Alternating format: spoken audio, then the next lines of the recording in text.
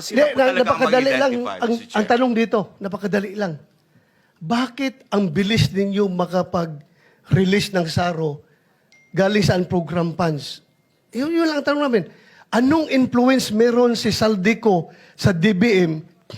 Bakit kapag siya ang naglagak ng pera, particularly sa first district ng engineering district ng Bulacan, bilis kagad na isyuhan nyo ng SARO? Mr. Chair, we don't know what is the Congressman Saldico as far as 5.1. the influence niya sa project. Because that is already Hindi ako by nagtatanong. agency po. Hindi ako nagtatanong ng influence sa project sa inyo, Wala sa po. DBM. Wala Bakit po. approve ka agad? Mr. Chair, we only follow what is being Or prescribed by the guidelines. ganito. Baka hindi ay ikaw nilalapitan. Baka yung boss mo. We don't know that. Ha? I don't know, Mr. Chair. Ganito lang.